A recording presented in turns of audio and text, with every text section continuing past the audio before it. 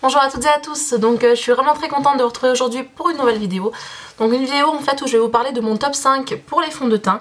Donc dans cette vidéo j'ai également décidé d'inclure mes deux bases, oui on va dire ça comme ça, mes deux bases préférées ainsi que ma bébé crème préférée.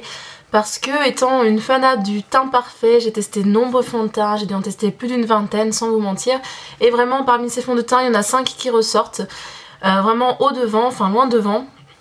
Donc je vous parle également des bases, des poudres, donc compactes et libres que je conseille, et également de mes 3 correcteurs préférés. Donc tout d'abord cette vidéo s'adresse aux personnes qui ont la peau mixte à grasse. Je préfère le souligner parce qu'en fait tous les fonds de teint ne correspondent pas à tout type de peau. Donc je préfère vous le dire directement.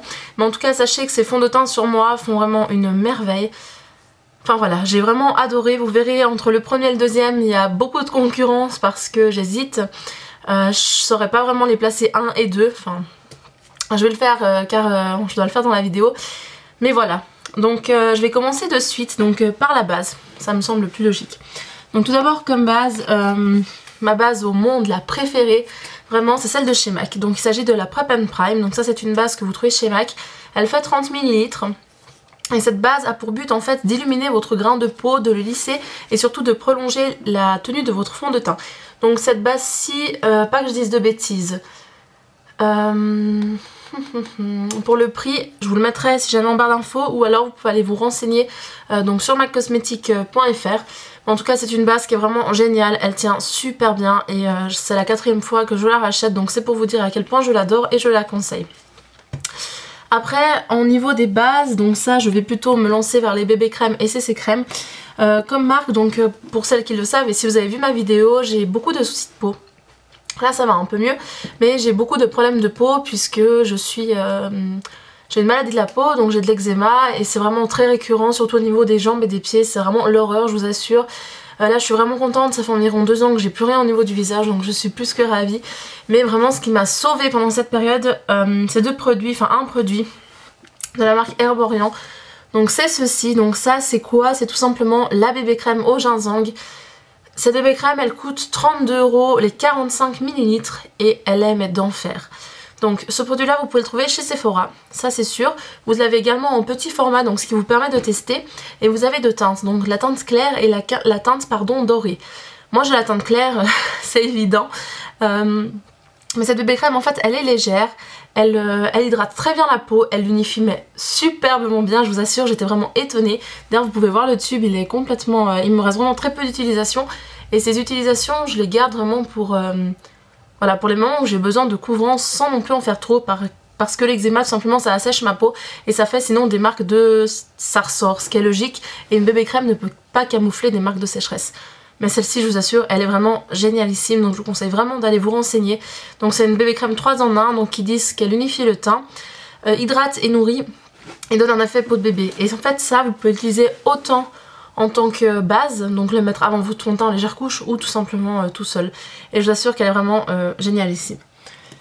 Autre produit de la marque Herborian, bon celle-ci qui est beaucoup plus récente, ça doit faire environ 6 mois que je l'ai je pense. Il s'agit de la CC crème HD, donc qui est comme ceci. Donc je m'étais dit que la bébé crème était tellement géniale que celle-ci elle est top. Au début j'ai eu pas mal de peine. Parce que celle-ci en fait n'a pas de teinte, c'est-à-dire qu'elle s'adapte à votre peau. Mais lorsque vous l'appliquez une première fois, elle aura un peu l'aspect orangé. Donc certes vous n'aurez pas la peau orange, ça s'estompe par la suite le temps que ça sèche et que ça s'adapte à votre peau. Donc il faut quand même attendre un petit laps de temps d'environ, je sais pas, peut-être un quart d'heure pour que ça t'adapte. Mais moi j'adore l'utiliser en combo avec ça en fait, plus un autre fond de teint. Et je trouve ça vraiment top, le prix est le même. Et voilà, c'est vraiment génial, j'adore les produits Herborian. Voilà, maintenant on va passer au fond de teint. Donc comme fond de teint, mon top 5... Mon chat fait des bêtises. Donc mon top 5 pour les fonds de teint. Je vais commencer tout d'abord par un fond de teint de chez Make Up For Ever que je pose en 5e position. Donc il s'agit du fond de teint HD de chez Make Up For Ever. Donc je vais vous faire un petit zoom sur chaque fond de teint pour que vous voyez bien le packaging, etc.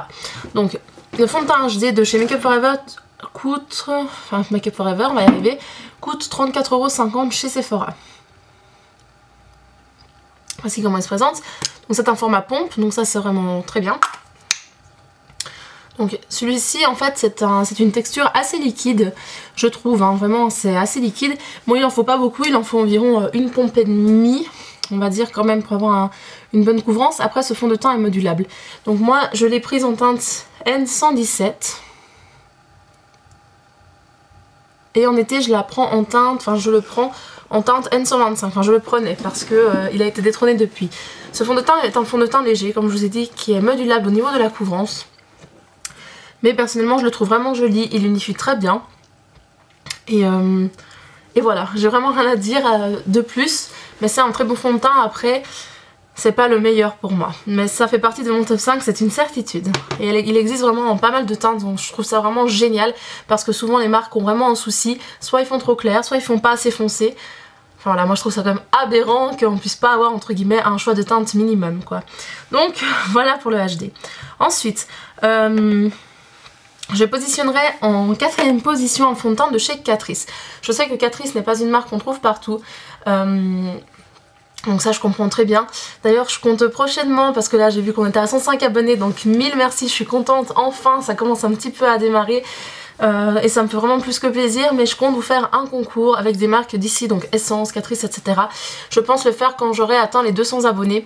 Je vais faire ce concours là parce que ces produits sont géniaux et vraiment j'aimerais en fait vous les faire tester. Donc je mets en 4ème position le fond de teint Catrice All Matte Plus. Voici comment il se présente. Donc ce fond de teint-ci n'a pas énormément de teinte, ça c'est son défaut. Mais moi je l'ai en teinte light beige. Voilà. Au niveau du prix ça coûte 9,90 €, donc ça fait environ 8 €. Donc je vous dis c'est vraiment pas cher, vous voyez je l'ai quand même déjà utilisé. C'est la 3e fois que je le rachète. Donc ce fond de teint c'est vraiment pour les peaux mixtes à grasse. Pourquoi? Parce qu'il n'y a pas d'huile en fait. Et c'est vraiment fait pour matifier la peau et apporter une couvrance minimale au optimal. Pareil, c'est modulable. Et ce que j'adore vraiment, c'est que c'est un vrai beige, c'est pas un orangé. Enfin, les teintes sont vraiment parfaites chez Catrice, vraiment. Contrairement à Essence où ils ont des teintes un petit peu plus orangées, je trouve. Mais celui-ci, franchement, je le trouve top. Il hydrate super bien, il matifie top. Il a une très longue durée. Donc voilà pour ma 4ème position. Ensuite, alors j'ai qu'un échantillon à vous montrer parce que je n'ai plus ce fond de teint. Je l'ai acheté 2 fois. Donc il s'agit du MAC Studio Fix Fluid. Donc le MAC Studio Fix Fluid est un fond de teint couvrant. Je peux pas dire qu'il n'est pas couvrant parce que il est modulable, mais de couvrant à très couvrant. Donc c'est un fond de teint que je trouve génial lorsqu'on a des soucis de peau et lorsqu'on veut une bonne couvrance, qu'on doit camoufler par exemple des cicatrices ou des choses comme ça, des taches d'acné, etc. Donc moi pour ça je l'adore, il coûte 31 € il me semble. Il fait 30 ml et par contre il faut acheter la pompe séparément, voilà. Ce n'est pas bien grave, mais c'est un peu un défaut parce que tout n'est pas en un. Mais sinon il est vraiment top, il marque pas les zones de sécheresse. Après faites très attention si vous êtes intéressé par ce fond de teint parce que les teintes sont quand même assez jaunâtres. Donc par exemple moi qui fais chez MAC en général un NW20 ou NC15, ça dépend, NC20 pardon. Là en Studio Fix Fluid je dois prendre du NW13 environ. Donc c'est juste pour un peu pour vous expliquer, le NC15 est trop foncé, enfin pas trop foncé mais trop jaune. Donc faites très attention à ça, c'est vraiment le problème du Studio Fix Fluid. Mais sinon il est vraiment top. Attention, on arrive dans le top 2. Donc en 2ème position, je vais vous parler d'un fond de teint qu'on ne trouve pas partout, je suis désolée. Il s'agit du CoverGirl Outlast Stay Fabulous, qui est comme ceci et qui est génial.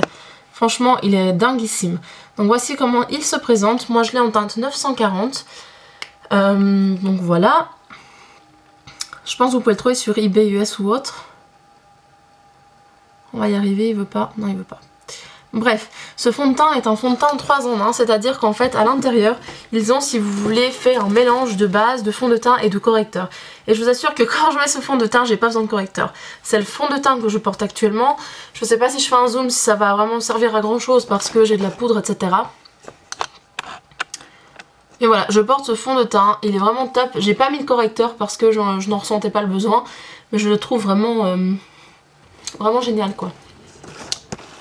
Donc je le recommande mais largement. Il fait donc 30 ml et celui-ci coûte 23 ou 29,90 je sais plus. À la Migros pour la Suisse. Mais franchement il est... J'adore. Je l'ai essayé la première fois, la teinte est juste ce qu'il me faut pour moi. En Suisse ils ont la 940, c'est la plus claire, donc c'est pas non plus super clair. Mais franchement je l'adore, il est dingue, la texture est crémeuse.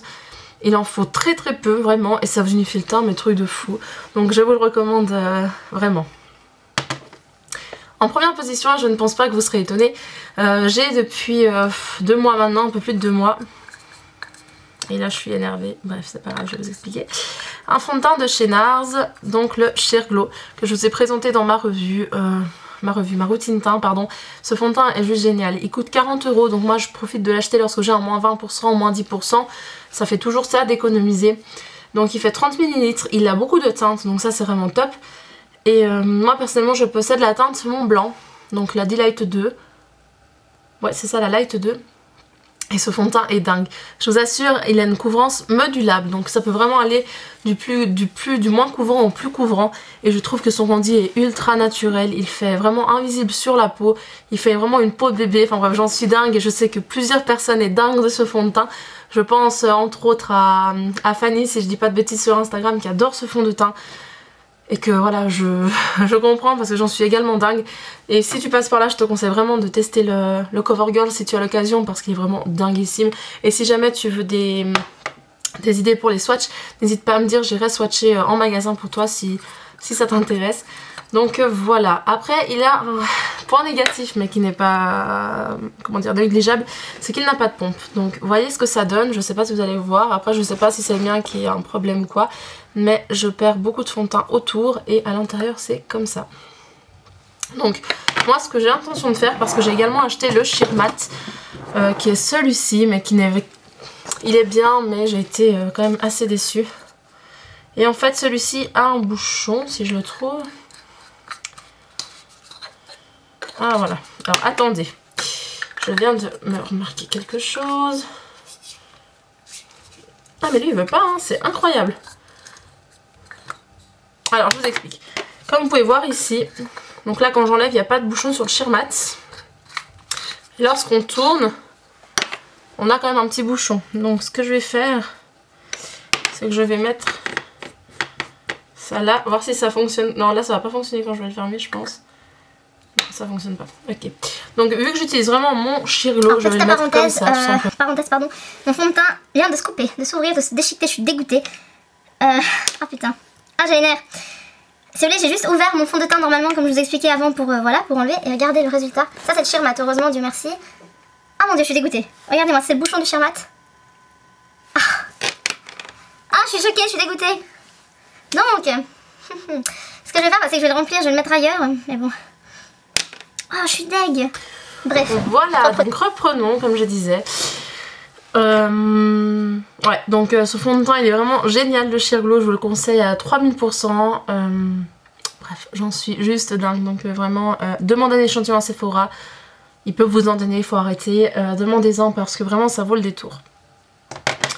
Voilà pour les fonds de teint. Ensuite au niveau des correcteurs, donc j'ai que 2 correcteurs, j'en ai un 3e mais que je n'ai pas sous la main. Donc là j'ai pas de préférence parce que chaque correcteur a ses fonctions spécifiques. Mais je vais tout d'abord vous parler d'un correcteur de chez MAC, donc qui est le Pro Longwear, qui est comme ceci. Donc le Pro Longwear c'est un petit correcteur quand même qui fait 9 ml, donc qui est quand même pas négligeable. Un correcteur pompe, donc c'est très hygiénique. Par contre il faut y aller mollo sur la pompe parce que sinon vous en perdez mais beaucoup trop. Ce correcteur je le trouve vraiment super, il a une bonne couvrance, pareil très modulable. Et de toute façon la gamme Pro Longwear de chez MAC au niveau du teint est vraiment superbe, je vous assure, même les rouges à lèvres etc. c'est vraiment de la dinguerie. Donc si vous cherchez un bon correcteur qui vous coûte pas trop cher au niveau point de vue qualité-prix si vous voulez, parce qu'il y a quand même pas mal, hein, je veux dire au niveau quantité il y a beaucoup. Et je le trouve vraiment génialissime, pour moi il est génial peu importe la saison, enfin voilà, j'en suis dingue. Ensuite j'ai un autre correcteur donc, que je n'ai pas là, il s'agit du Make-up, le Make-up Forever pardon, Full Cover. Donc de Make-up Forever qui est un correcteur, en fait ils appellent ça une crème de camouflage, donc c'est un correcteur hyper opaque.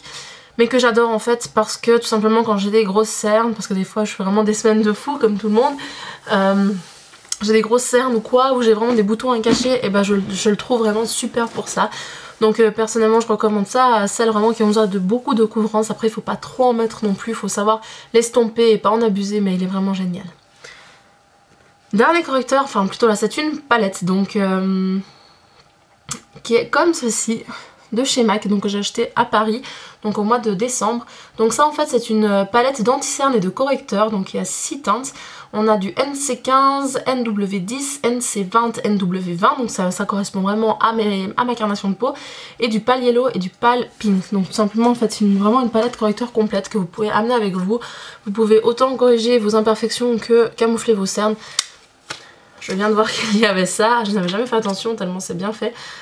Et voilà, je la trouve vraiment, vraiment superbe. Et ici vous la trouvez, donc le correcteur pardon Make Up For Ever est 26 €, le Pro Longwear je ne sais plus mais moins cher c'est sûr.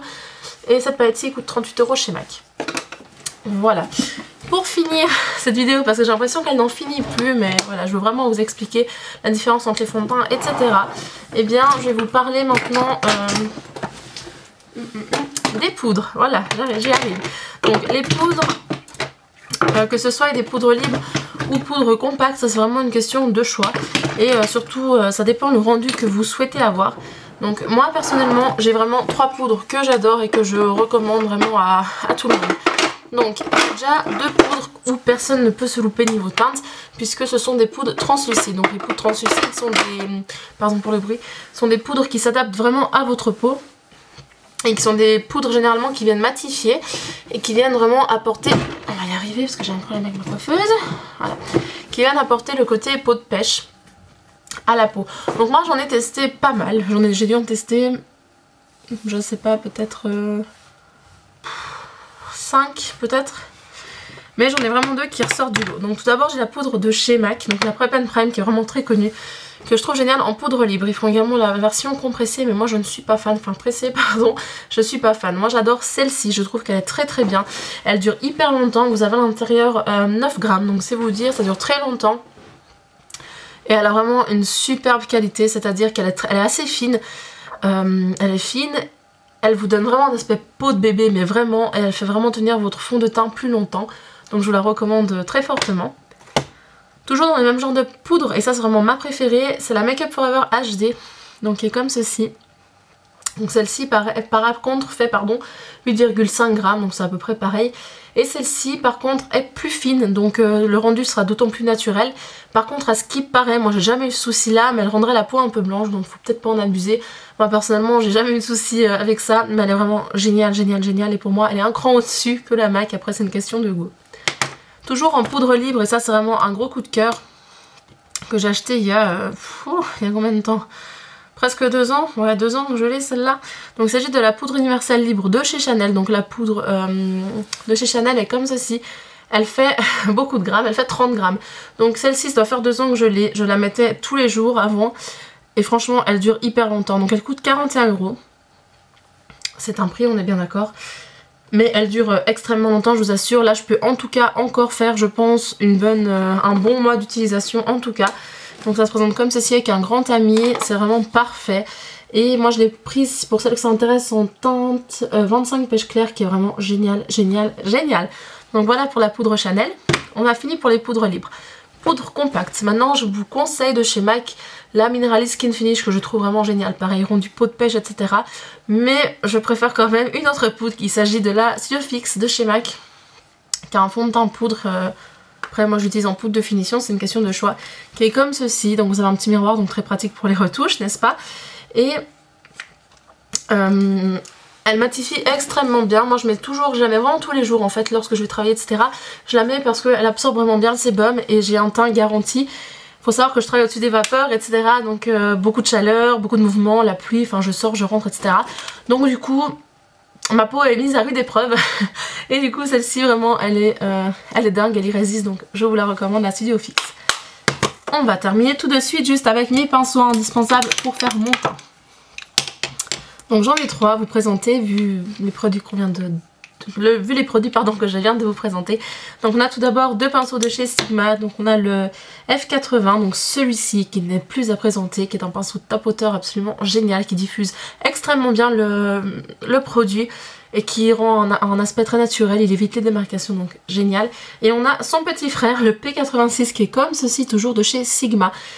Celui-ci j'utilise vraiment pour appliquer tout ce qui est correcteur, etc. Ensuite je tapote comme ça pour enlever si on a des démarcations. Et il est vraiment top parce qu'il est en forme de cône, donc du coup vous pouvez vraiment aller, vous voyez, ici dans le coin interne, ici dessous. Il est dingue, il est vraiment génial, donc je vous recommande vraiment ceci.